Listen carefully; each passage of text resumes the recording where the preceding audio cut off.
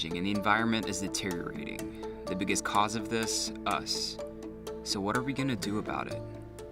One of the country's great natural treasures, Boracay Beach, was shut down due to massive sewage pollution. But it has also made the country the third biggest polluter of oceans based on a Greenpeace study. Actually, Siargao was ever been a marine protected area. It's been for the last 20 years. Well, the government says that the laws are in place to protect this piece of paradise, and it hopes that it will be a blueprint for other tourist destinations in the country and around the world.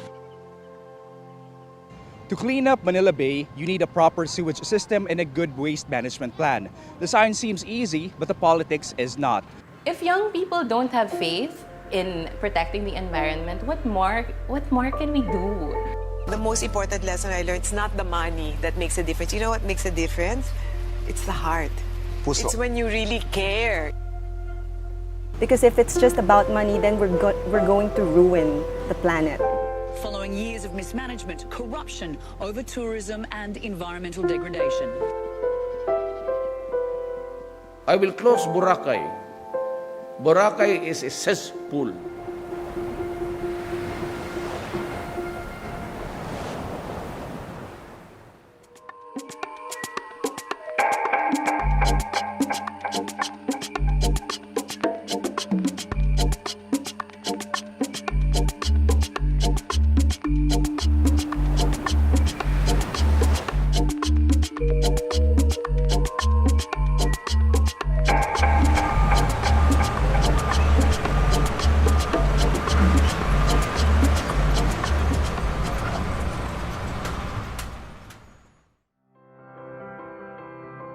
For a country like the Philippines, tourism is an important contributor to our nation's prosperity.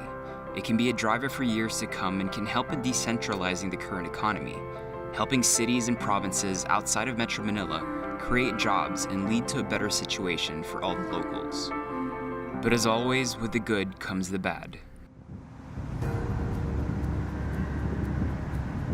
If we aren't ready for the influx of local and international travelers, revenues might be good in the short term, but we may be setting ourselves for failure in the future when we realize that we've depleted our natural resources.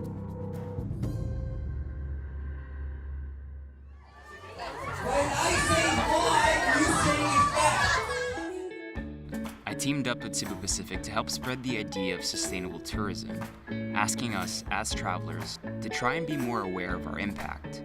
From what we bring with us to what we take away. No littering, generating as little trash as possible, and only using reusable items.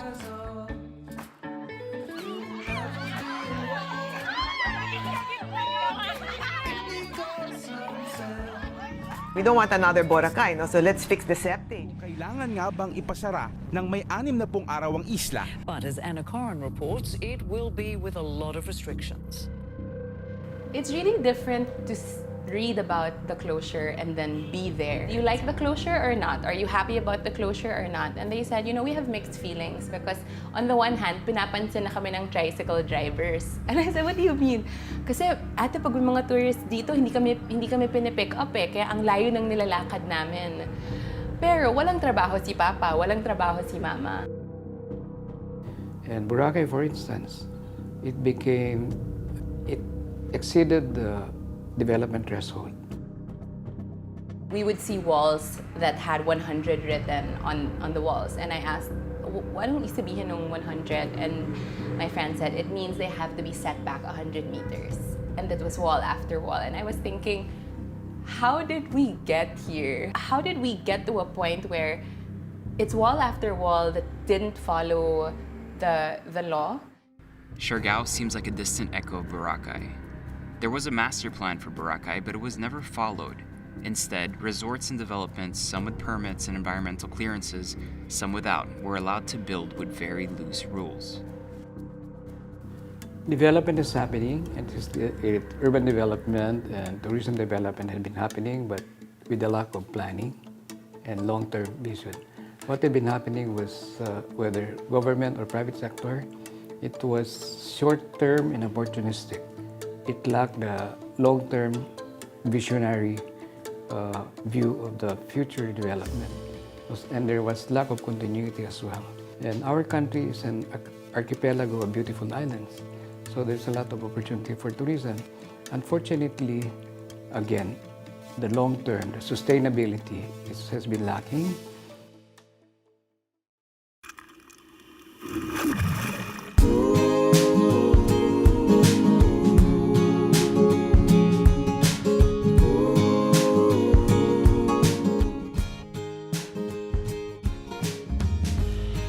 This island is everyone's dream.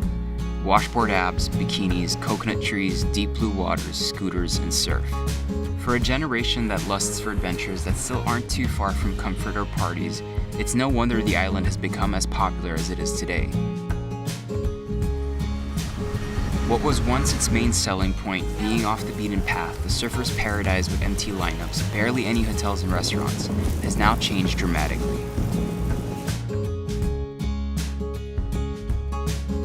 That was to be expected. We all like to talk about things we love. Organic sharing and social media just geotagged it permanently on people's brains. You know, Siargao for a while was just this island you had to fly to Cebu to get to for surfers. Yeah. And then I think within the last 3 years, it's probably safe to say it's become very popular on a world stage. Yes, right? and it's because it's the access now. It's not hard to go to Siargao anymore. Before we used to take the boat, there are no direct flights, but because of ease of transport, a lot more people it's easier for people to come here. But then they also bring the trash.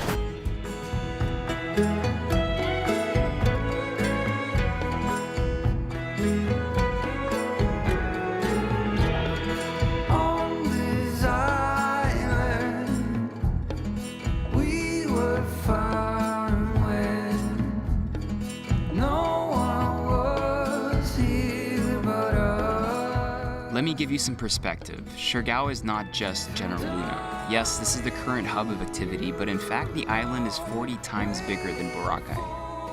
This is Pacifico, a small town about 45 minutes away from General Luna. It's funny to think that this place, like a really small one-street area with lots of small restaurants and cafes that are slowly building up, is exactly what General Luna probably looked like 10, 15 years ago. So the rate of development is really crazy. And then when you look around, a lot of these places are already purchased. So how long is this going to stay as small as it is today? Anyone's guess? The economic potential is enormous, and people have taken notice. Every few meters, you are bound to see a for sale sign.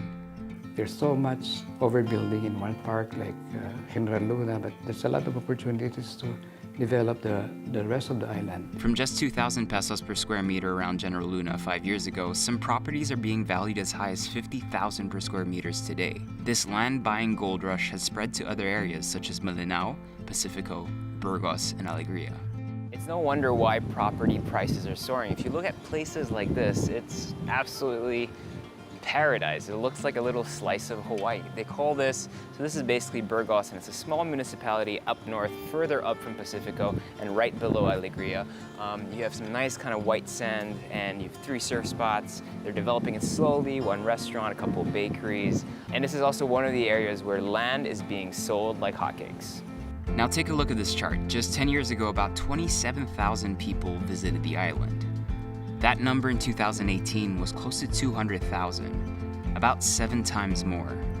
From 2017 to 2018, there was a 60% jump in arrivals. Now, if we look at the number of hospitality establishments, there were just 45 in 2015. Now there are more than 280.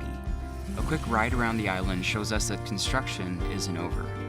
So we know that more people will come, land value will increase, and more rooms will be built. But is the infrastructure ready? Let's look at the main infrastructure needs for a tourist island destination. This seems to be one of the only issues that doesn't concern Siargao. The roads are good and service pretty much the whole island. Currently, there are none, forcing everyone to use open dump sites next to the main barangays. Right now, we don't have a proper landfill. And also, we have an ordinance, a solid waste management ordinance, and it states that everyone, the residents and the businesses, should segregate their trash, should compost their biodegradable, but at the moment, it's not being followed. These are needed to prevent the pollution of groundwater and the ocean, to making sewage water ready to go back into the environment, and processing sewage sludge. You did mention one of the issues is the quality of the Groundwater. groundwater. Yeah. The water smell changed. It became more sulfidic since there is, and a bit more salty, since it means they are sucking up so much water, and it start to infiltrate other sources of water, and infiltrate also the water from the sea. Okay. So it's just trying to grab as much water Yes, as and possible. plus all the septic tank around, since most of the resort they're getting the surface water, not really the one on the real ground that you have to go more than 60 to 70 feet deep. And that's the one that's the most smelly. But that one is the biggest difference I saw. All these things require massive investments from both the private sector and the government, and will definitely take time, which is why it's important that we do our part as travelers.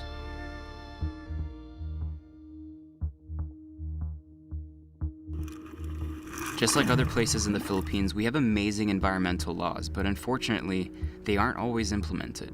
What we're missing is the implementation, right? So we have these beautiful laws, well written, but in terms of compliance, we're so low. Not even 1% of our environmental laws are being implemented properly. Since 1996, SEAPLAS, Siargao Island Protected Landscapes and Seascape, is the largest marine protected area in the Philippines and therefore falls under the National Integrated Protected Area System, NIPAS. Actually, Siargao was ever been a marine protected area, but it's been for the last 20 years at least. And so what does that mean exactly? It means that they have different rules and regulation and law what about like fishing, adverse like coconut, cutting trees, whatever apply to the rest of the Philippines, it doesn't apply in Siargao because they have their own rules about protected area. That basically sets the tone for sustainable development with the main objective of protecting the environment. Most of the regulations are yet to put in practice today. When you talk about government, they only talk about the hard infrastructure, the build. That's why sometimes you may have the best plans in the world, but they don't get implemented. They don't realize the implementation. Take something as simple as easement. The distance structures can be built from the high tide line. In Siargao, it's 40 meters. A quick walk on the main beach will tell you a very different story. Developers need to be conscious of not only appeasing the laws, but exceeding them to ensure sustainability. The most of the concern is like a really zoning, like know where is going to be the commercial area, know where is going to be the residential area, because everybody wants to sell to let other people to do business. But the island is not yet able to, if everybody would sell around here, the island would not able to sustain the growing of resort and restaurant. While waiting for development to catch up to the excitement, a sign of hope is the community and the stakeholders of the island, who are all aware of the issues and trying their best to implement them in their day-to-day.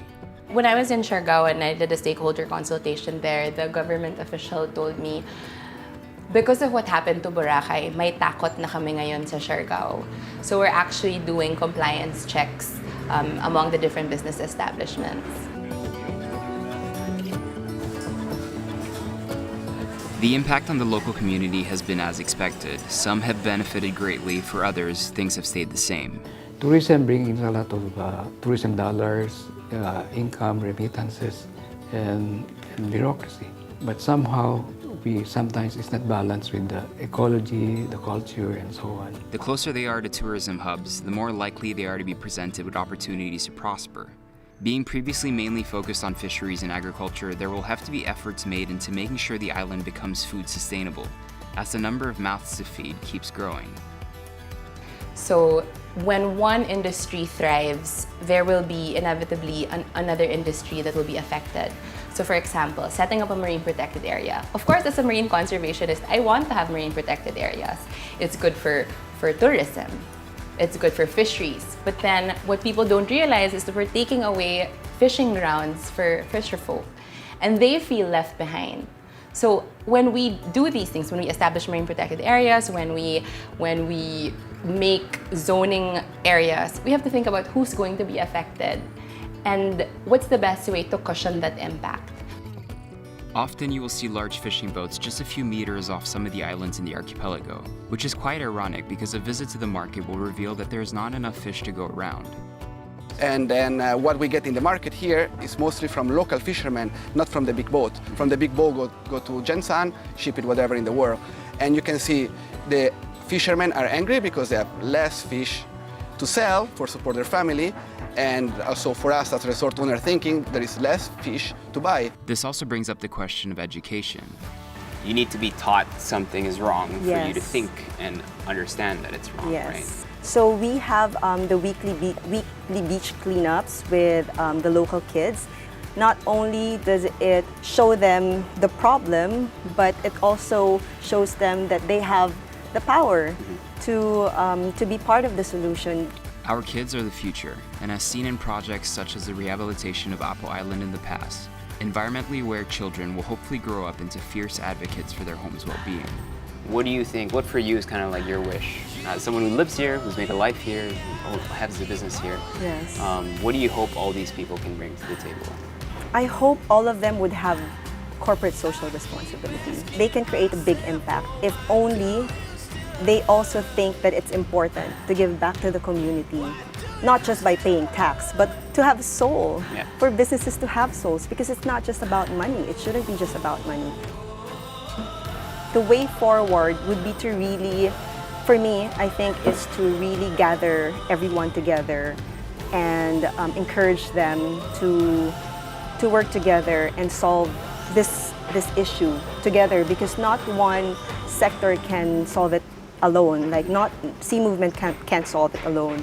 Nature Kids can't solve it alone. Even the LGU cannot solve it alone. Even the community cannot solve it alone. We need to be working together. And if we work together, it's easier for everyone to solve this issue. So, what can we do as travelers? It would be way too simple and selfish for us to say to stop going to these places. But we need to be aware of the issues before we set foot on the island. That way we feel involved. We want clean air, clean water. That's not something I should be fighting for. That's a basic human right that every single person deserves. Be responsible, be informed, take part in cleanups, talk to the locals you meet. Ask them if you can help in any way. Support businesses that respect regulations, and leave only your wake in the waves.